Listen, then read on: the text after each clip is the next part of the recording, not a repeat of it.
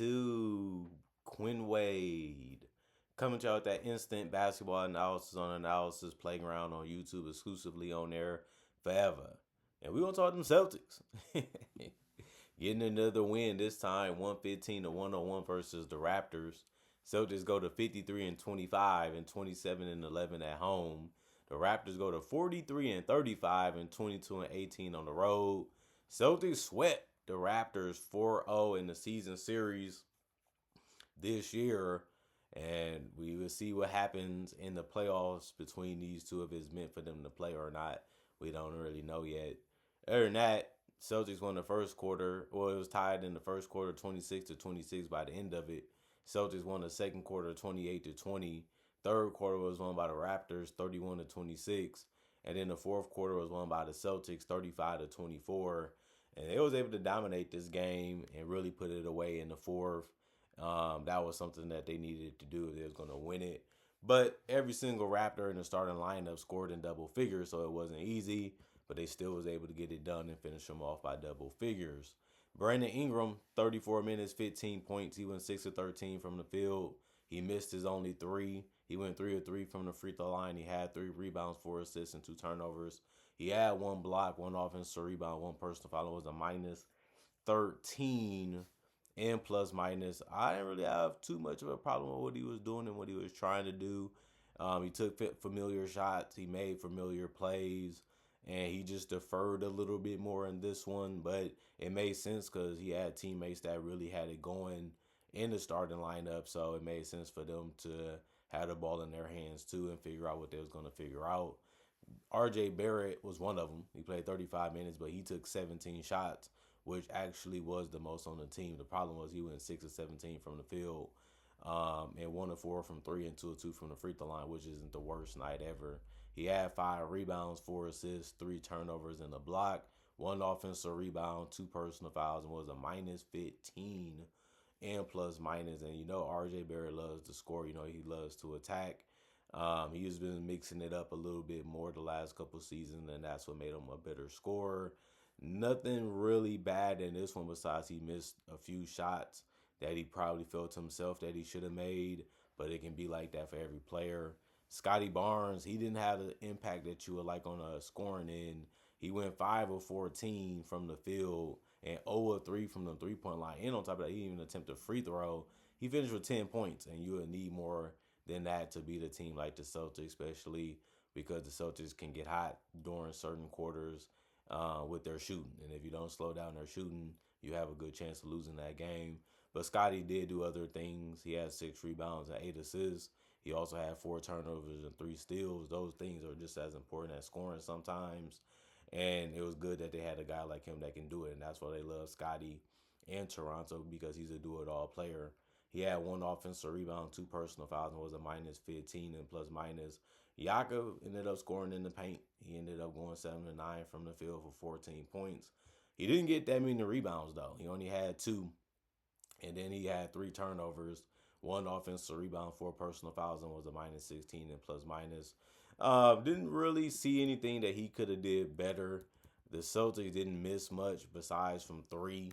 And since this team likes to gang rebound a lot of times, the opportunities wasn't there as much as you probably would think. And then Jacoby Walter, 32 minutes. He had 16 points. Noah Emmanuel quickly in the starting lineup, so he had to step up. And he did 6 and 9 from the field, 4 or 5 from 3. Provided them that space and provided them that shooting that quickly usually does. But it would be good to have both. That's the honest truth about it. But he did have 2 rebounds, 1 assist, no turnovers, 2 steals, and a block. And he also had 2 personal fouls and finished as a minus 5 and plus minus. And then Sandro, he came off the bench and did his job. He went 2 of 4 from the field, 2 of 3 from the three-point line, 4 of 4 for the free throw line with 6 rebounds and 4 assists. And he also had no turnovers. So he gave you a little playmaking, gave you a little scoring, helped on the glass, and gave you some three-point shooting. He had 2 personal fouls and was a minus 8 and plus minus. Trace Jackson Davis, he played 1 minute. He didn't do anything but finished as a plus 2 and plus minus. Jamison Battle played 1 minute, but he scored his only basket, and that was all he did. But he also finished as a plus 2 and plus minus. Colin Murray Boyles played 26 minutes. He had 12 points, He went 5 of 8 from the field, 2 of 4 from the free throw line. He had 5 rebounds and 5 assists. The 5 assists ended up being the most off the bench. He had 1 turnover, 1 steal, 1 block. Was able to fill up that stat sheet tonight and do multiple things. He had 1 offensive rebound, 2 personal fouls, and was a -1 and plus minus. Jonathan Mobo played 1 minute. He didn't do anything but finish as a +2 and plus minus. AJ Lawson played 6 minutes. He missed his only shot, which was a three-pointer that was wide open. He just couldn't make it. He had 1 rebound, no turnovers, no personal foul, was a 0 and plus minus. Jamal Shed, he had a lot of attempts, which was 8, but he only made 2 of them. And then he went 1 of 3 from the three-point line. He finished 2 of 2 from the free throw line. He had 1 rebound and 5 assists with 2 turnovers. He also had his rebound be offensive, and he also had 1 personal foul, and he finished as a -7 and plus minus. And then you look at Elijah Martin, he played 1 minute. He didn't do anything but finished as a +2. Grady Dick played 1 minute. He didn't do anything but finished as a +2. Garrett Temple still didn't play. And then you look at the Boston Celtics. Jason Tatum played 34 minutes. He had 23 points. He attacked the basket a lot in this one. He found a lot of success doing that. He also went 2 of 6 from 3, so he didn't get too hung up on just shooting threes. He also got to the free throw line because of his attack mentality and not just settling for jump shots. He got 13 boards. He's a double-double basically almost every game, especially for this team that needs him to be. And then, of course, he was trying to be unselfish, and he was able to find his teammates for quick, fast looks. But he did turn the ball over in the process of dribbling and trying to score and then trying to pass at the same time, which a lot of star players have a problem with that. And Tatum has played like an all-star the last couple of games. So that's what we want to see as fans of the game, as fans of the Celtics, which I am. He did have 3 steals. That was tied with Peyton Pritchard for game high. And then he had 3 personal fouls and was a +13 and plus minus. Sam Hauser, he ended up being the only starter to not score in double figures. He finished with 8. He went 3 of 7 from the field, 1 of 4 from 3, 1 of 1 from the free throw line. You're happy that he was able to space the floor. You're happy that he was able to score. Other than that, he had 2 rebounds, 1 assist, and a turnover, 1 personal foul, and he finished as a +9 and plus minus. Neemias Queta played 34 minutes. He had 18 points. He went 9 of 10 from the field. Just was always getting where he needed to be on the court, and then it was just about can he put it in the basket. He had 7 rebounds and 4 assists, no turnovers, 3 blocks. That was game high. He actually was the only guy on the team to get a block or more, which you don't always see that. He did have 5 offensive rebounds out of 7, which was majority of them. And then he had 4 personal fouls and finished as a +30 and plus minus. Derek White played 35 minutes. He had 10 points. He went 4 of 7 from the field, 2 of 3 from the three-point line. He had 6 rebounds, 6 assists, 1 turnover and a steal, 1 offensive rebound, 1 personal foul, and was a +20 and plus minus. He was able to hit the threes and take some decent shots near the basket. And then he was able to find his teammate for just keeping his dribble alive or just getting rid of the ball early. And then you look at Jaylen Brown. He took majority of the shots.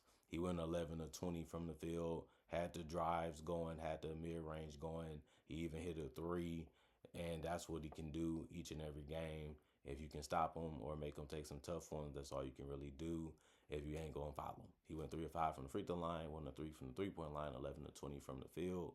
He had 6 rebounds, 3 assists, 5 turnovers, and 2 steals. 3 offensive rebounds, 2 personal fouls, and was a +13 and plus minus. Nikola Vucevic, 13 minutes, 4 points. He went 2 of 5 from the field, 0 of 2 from 3. He did some good finishing near the basket. You have to take it because he just came off an injury. They're moving him back into some good minutes and some good lineups. And you just want to see him be productive, which he was tonight because he also had 4 boards and an assist. He did get 2 turnovers and 4 personal fouls, but it's a little rust and a little bit of I'm a little older than some of these more athletic and bigger guys. And he also had 2 offensive rebounds and -14 and plus minus. Peyton Pritchard gave us the most off the bench when it came to scoring and getting assists. He had 3 assists, and then he also went 7 of 12 from the field. He took the most shots off the bench. Nobody complained because he went to 7 of 12. He went 1 of 3 from the three-point line and 2 of 2 from the free throw line. He had 1 rebound, 1 turnover, 2 personal fouls, was a +9. And plus minus did a good job of driving, hitting the mid-range, and shooting a 3 that he felt was good. And Ron Harper Jr. played 1 minute. He didn't do nothing but finish as a -2 and plus minus. Baylor Shireman played 17 minutes. He had 5 points. He went 2 of 8 from the field, 1 of 5 from three.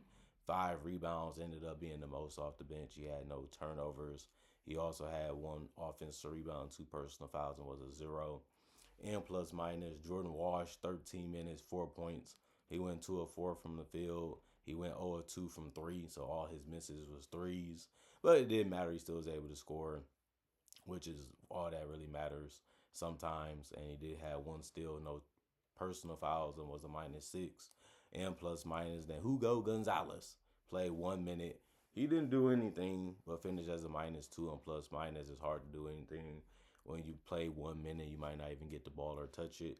Other than that, 53% from the field for the Celtics, 48% for the Raptors, 29% from three for the Celtics, 40% for the Raptors, 81% from the free throw line for the Celtics, 72% for the Raptors, 44 rebounds for the Celtics, 31 for the Raptors, 25 assists for the Celtics, 31 for the Raptors.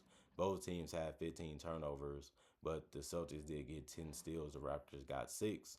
3 blocks for the Celtics, 4 for the Raptors, and then 12 offensive rebounds for the Celtics, 6 for the Raptors, and then 32 defensive rebounds for the Celtics, 25 for the Raptors, and then 19 personal fouls for them Celtics, 16 for the Raptors. The Raptors played a good game. They moved the ball, they attacked when they could. They was able to knock down their threes, although they didn't attempt that many. But they got beat real bad on the glass. And on top of that, they made a lot of mistakes in the fourth quarter that turned into baskets and easy opportunities for the Celtics. And then the Celtics was able to make some shots that was a little tougher. And some things went their way too.